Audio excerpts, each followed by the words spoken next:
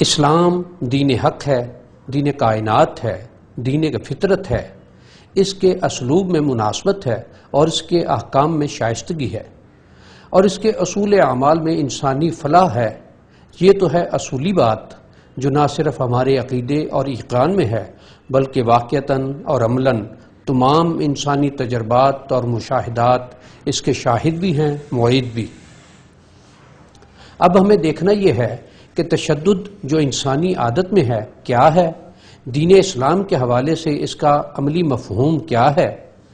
ہمارے روزمرہ میں تشدد کا معنی ہے کسی دوسرے شخص پر زیادتی کرنا، اسے کسی شے کا قائل کرنے کے لیے یا کسی بات پر آمادہ رکھنے کے لیے اس کی مار پیٹ، اس پر غیر اخلاقی طریقے کا دباؤ، اس پر ظالمانہ جبر اور اس کی مرضی اور منشا کے بغیر کسی اظہار یا عمل کے راستے پر لانا۔ تشدد کا لفظ اصلاً عربی زبان کا ہے، لیکن عجیب بات یہ ہے کہ ہمارے ہاں جس معنی میں استعمال ہوتا ہے عربی میں اس کا ترجمہ یا مفہوم اس سے بالکل مختلف ہے۔ ہمارے ہاں اس کا ترجمہ ہے سختی اور زیادتی، عربی میں اس کا ترجمہ ہے مضبوطی۔ قرآن حکیم میں جس سے بڑی سند اور کوئی نہیں یہ لفظ اسی مفہوم میں استعمال ہوا ہے۔ مثلاً ارشاد مبارک ہے قَالَ سَنَشُدُّ عَضُدَكَ بِأَخِيكَ۔ یہ سیدنا موسیٰ علی نبینا علیہ الصلوات و تسلیمات کے مبارک تذکرے میں ہے کہ انہوں نے استدعا کی رب معبود میرے بھائی ہارون کو میرا ساتھی بنا دے تاکہ فرعون کے سامنے اور اس کے مقابل جاتے ہوئے وہ میرے معاون ہوں۔ تو اللہ جل شانہ نے فرمایا اے موسیٰ علیہ السلام ہم آپ کے بھائی کے ذریعے آپ کے بازو مضبوط بنا دیں گے۔ ایک اور مقام پر ارشاد ہوا شددنا ملکہ وآتیناہ الحکمہ۔ یہ بھی نبی برحق علیہ الصلوات والسلام کے لیے ارشاد فرمایا کہ ہم نے ان کے اختیارات اور مملکت کو مضبوط تر بنا دیا۔ قرآن حکیم میں ایک اور جگہ ارشاد فرمایا فشد الوثاق کہ جو معاہدہ ہوا ہے خوب سے خوب مضبوط بنا کر رکھو۔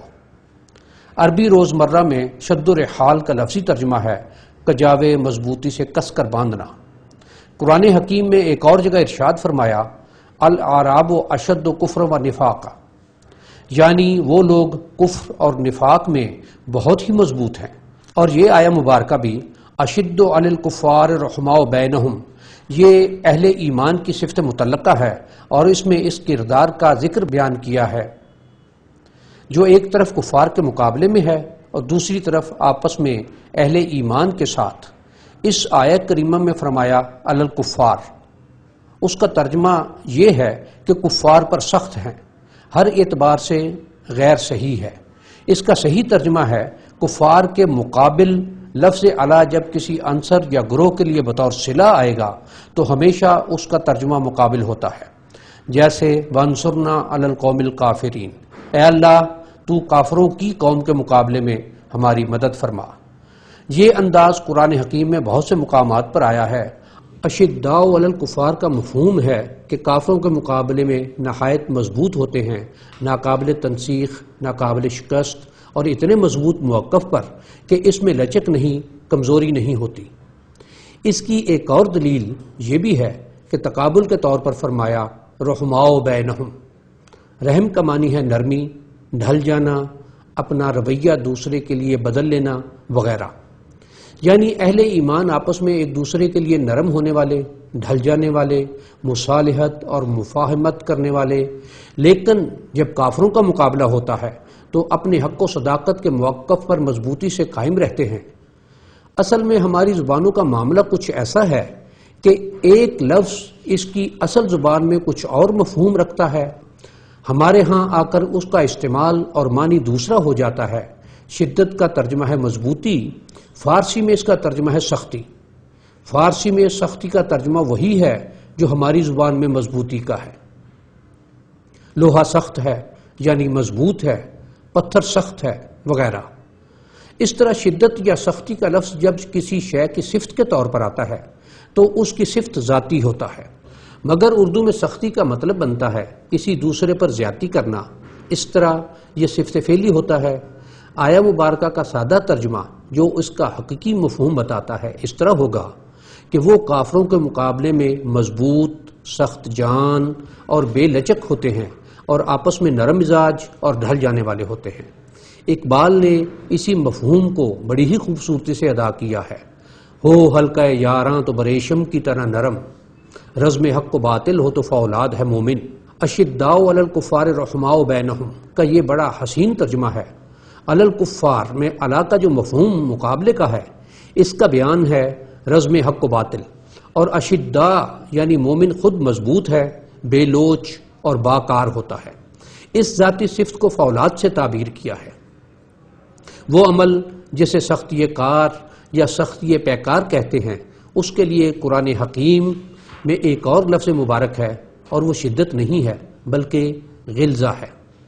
فرمایا یا ایھا النبی جاہد الکفار والمنافقین واغلظ علیہم، جب کافروں اور منافقوں سے جہاد اور قتال ہو تو ایسی حالت میں خوب مارو، اتنا مارو کہ پھر انہیں اٹھنے کی ہمت ہی نہ رہے، حتی لا تکون فتنۃ ویکون الدین للہ۔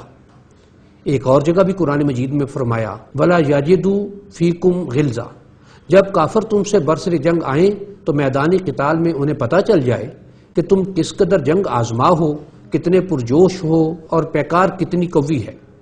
قرآن حکیم میں ہی میں حضور اکرم صلی اللہ علیہ وآلہ وبارک وسلم کے لیے فرمایا کہ یا رسول اللہ صلی اللہ علیہ وسلم، اللہ جل شانہ کی رحمت ہی کا پرتو ہے کہ آپ نرم مزاج، نرم دل اور نرم سلوک کرنے والے ہیں۔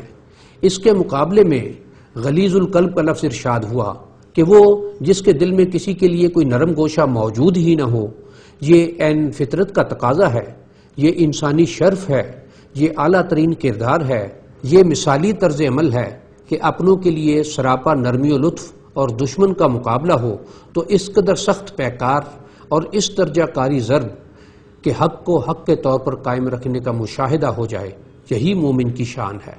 نرم دم گفتگو، گرم دم جستجو، اور گزر جا بن کے سیلے تند رو کوہ بیاباں سے، گلستاں راہ میں آئے تو جوئے نغمہ خواں ہو جا۔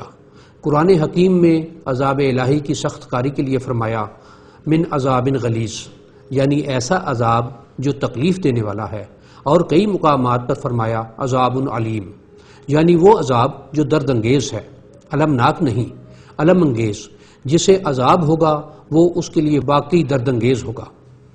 یہ جو کئی مقامات پر فرمایا عذاب شدید، تو لفظ شدید کا اطلاق اس کے لیے نہیں ہے جسے عذاب ہوگا، بلکہ یہ خود عذاب کی صفت ہے کہ عذاب بھرپور ہوگا، بے لوچ، بے لچک، جس میں نرمی کا شائبہ نہیں ہوگا۔ وہ جو فرمایا والذین آمنوا اشد حبا للہ، تو یہاں بھی اشدہ کا معنی زیادتی کرنے کا ظاہر ہے نہیں ہے، بلکہ یہ ہے کہ محبت برائے حق مضبوط اور پائیدار اور ٹھوس ہے، اس میں کوتاہی نہیں۔ یہی مفہوم ان بطش ربک لشدید میں ہے کہ حق تعالیٰ کی گرفت اپنے طور پر بڑی شدید ہے۔ سنشد عددک باخیک اور شددنا ملکہ سے لے کر اشداء علی الکفار تک ہمیں یہی ثبوت ملا کہ اہل اسلام شدید ہوتے ہیں، اس طرح کہ حق پر ایسے قائم کہ کسی غیر حق بات کی طرف مائل ہی نہیں ہوتے، اور کفار کا مقابلہ ہو تو ان کی صفیں اور ان کے دل اتنے مضبوط ہوتے ہیں کہ سستی اور کم ہمتی ان کے قریب بھی نہیں پھٹکتی۔ جب یہ واضح ہو چکا کہ عربی زبان میں قرآن حکیم